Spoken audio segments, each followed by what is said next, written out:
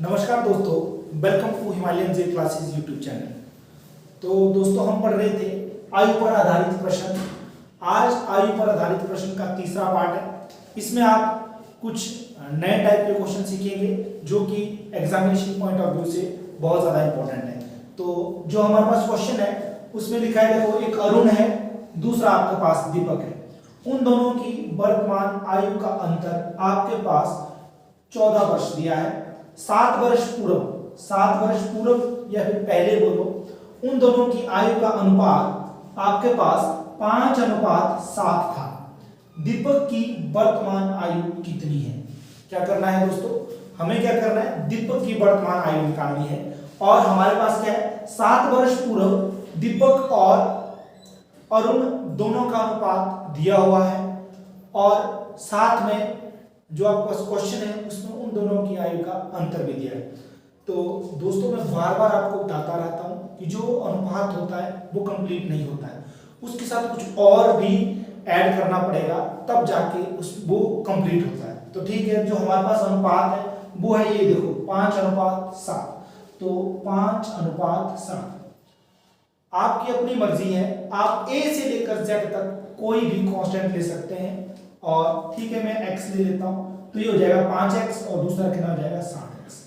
और पहले से ही क्वेश्चन में गिवन है कि अंतर दिया है। अंतर का मतलब दोस्तों माइनस करना है। आप क्या कर दो, माइनस कर दो। तो आप क्या करेंगे, और साथ में देखो आपके पास क्या लिखा है, जो टाइम है 7 वर्ष पहले।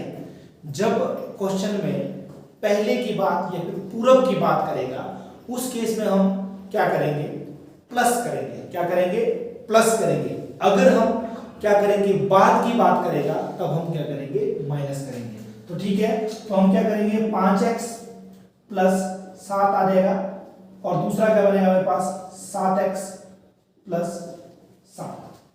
ठीक है, अब अंतर है, अंतर हमेशा बड़े वाले में से छोटे वाले को माइनस करना है। बड़ा आपके पास ये वाला है तो कर दो 7x जमा 7 माइनस 5x जमा 7।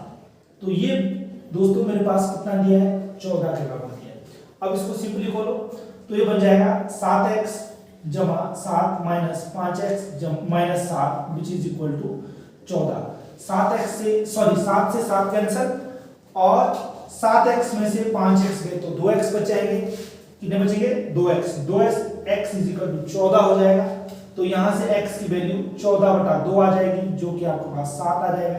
ठीक है, x की वैल्यू कितनी आई, 7 वर्ष। अब हमें निकालना क्या है, दीपक की वर्तमान आयु। दीपक वाला अनुपात कौन सा था, देखो ये गाइस जो हमारे पास दीपक वाला अनुपात है वो है सेकंड वाला। कौन सा है, सेकंड वाला ये है। तो ये हो जाएगा 7 गुना x की वैल्यू 7 आ गई जमा क्या करना पड़ेगा, आपको 7 जोड़ना पड़ेगा क्योंकि आपको वर्तमान में जाना है। तब ये 7 यहां पर हो गया, 7 7 49 जमा 7 करना पड़ेगा जो कि हमारे पास 56 आ जाएगा। तो दोस्तों जो हमारा आंसर रहेगा वो 56 रहेगा। आगे वाला जो हमारा क्वेश्चन है ये थोड़ा सा डिफरेंट है, ध्यान से देखना इसको कि इसको हम कैसे करेंगे।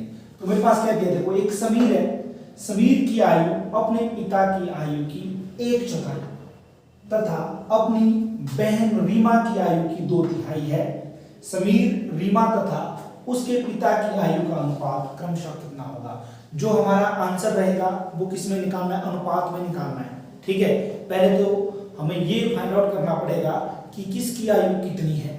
ठीक है, तो सबसे पहले क्या कर देते हैं, अब मुझे ये नहीं पता कि किसकी आयु कितनी, मैं ये सपोज करके मान लेता हूं कि जो फादर है उसकी आयु x है।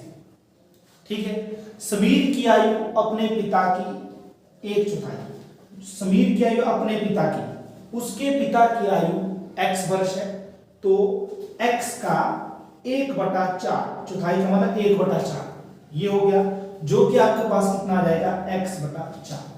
ठीक है, ये आपके पास गिवन है। उसके बाद उसकी जो बहन रीमा है, रीमा से समीर की आयु 2/3 है, यानी कि वो कितना हो जाएगा, जो रीमा आर 2 यानी कि समीर की आयु कितनी हो जाएगी, 2/3 किसकी, रीमा की आयु की। या मैंने रीमा लिख दिया, रीमा की आयु। ठीक है, यहां से अगर मैं रीमा की आयु निकालूंगा तो रीमा की आयु कितनी आएगी?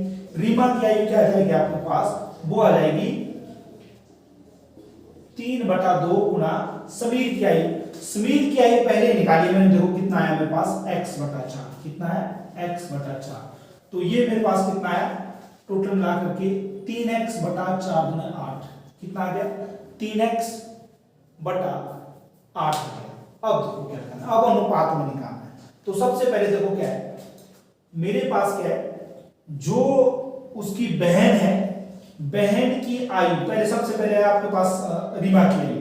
रीमा की आयु 3x/8, समीर की आयु है x/4 और पिता की आयु है x।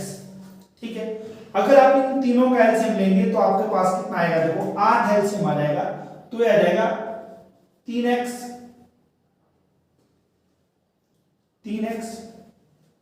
लेकिन क्वेश्चन में पहले समीर पूछा है, आप इस हिसाब से लिखो उसको, जैसे क्वेश्चन में पूछा है ना वैसे लिख दो उसको।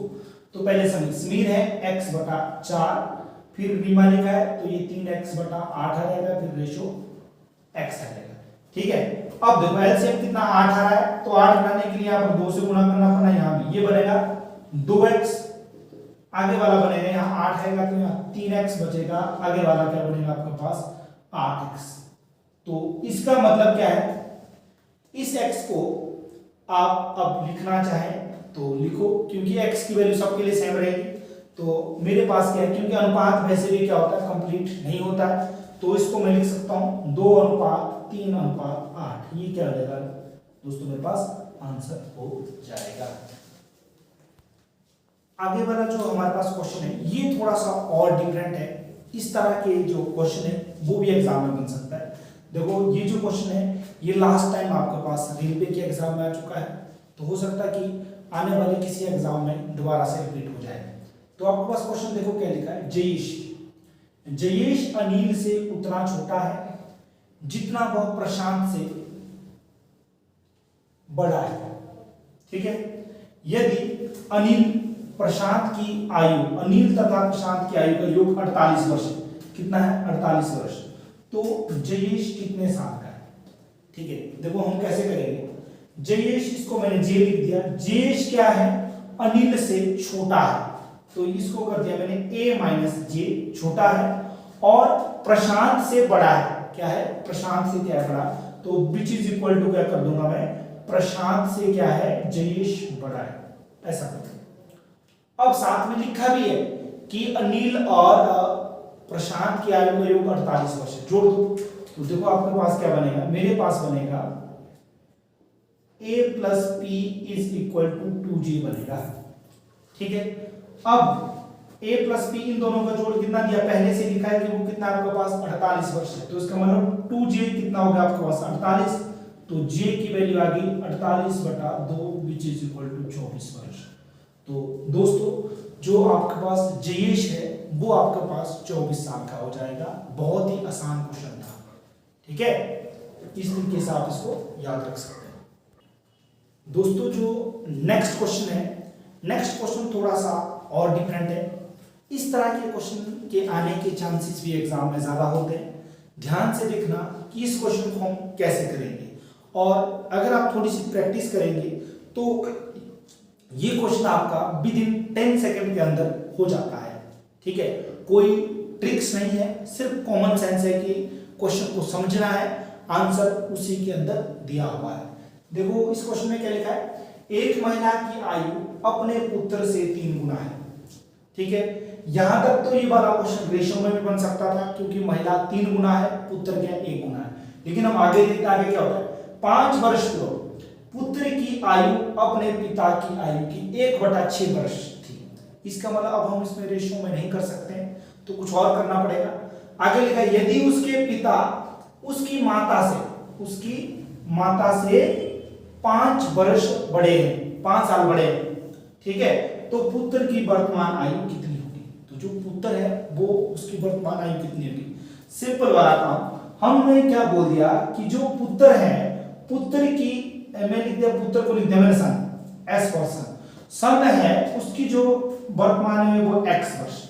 ठीक है, महिला को मैंने मदर लिख दिया क्योंकि वो माता है किसकी, इस बेटे की, तो महिला की आयु अपने बेटे की 3 गुना, तो 3 गुना हो जाएगा तो हो जाएगा 3 गुना x। ठीक है, जो पिता है वो माता से 5 साल बड़ा है, माता की वर्तमान आयु 3x, तो पिता की आयु, पिता को लिख दिया मैंने फादर, फादर की जो आयु हो जाएगी वो हो जाएगी 3x में क्या कर दो 5 जोड़ दो, क्योंकि वह माता से 5 साल बड़ा है। यहां तक हो गया क्लियर। अब देखो क्या करना है, यहां से आगे देखो क्या है, अब लिखा उसने 5 वर्ष पूर्व, तो मैंने आपको बताया था जब 5 वर्ष पूर्व करते हैं तब क्या करना पड़ता है, हम यहां पर क्या करेंगे माइनस करेंगे, क्या करेंगे माइनस करेंगे, तो जो वो 5 वर्ष पूर्व है तो वो हो जाएगा, देखो बच्चे क्या है, बच्चे x में से 5 को लेस कर दो, वो कितनी हो जाएगी 5 वर्ष पूर्व पिता की आयु की 1/6, पिता की आयु तो ये है, तो ये हो जाएगी 1/6 किसका, पिता की आयु 3x जमा 5, इसमें भी क्या करने पड़ेंगे 5 साल कम करने पड़ेंगे। तो अब इसको सॉल्व कर दो, तो ये हो जाएगा क्रॉस मल्टीप्लाई कर दो, ये हो जाएगा 6x माइनस 6 पंजे 30 इज इक्वल टू 3x जमा 3x बच गए, क्योंकि ये दोनों आपस में कैंसिल हो जाएंगे।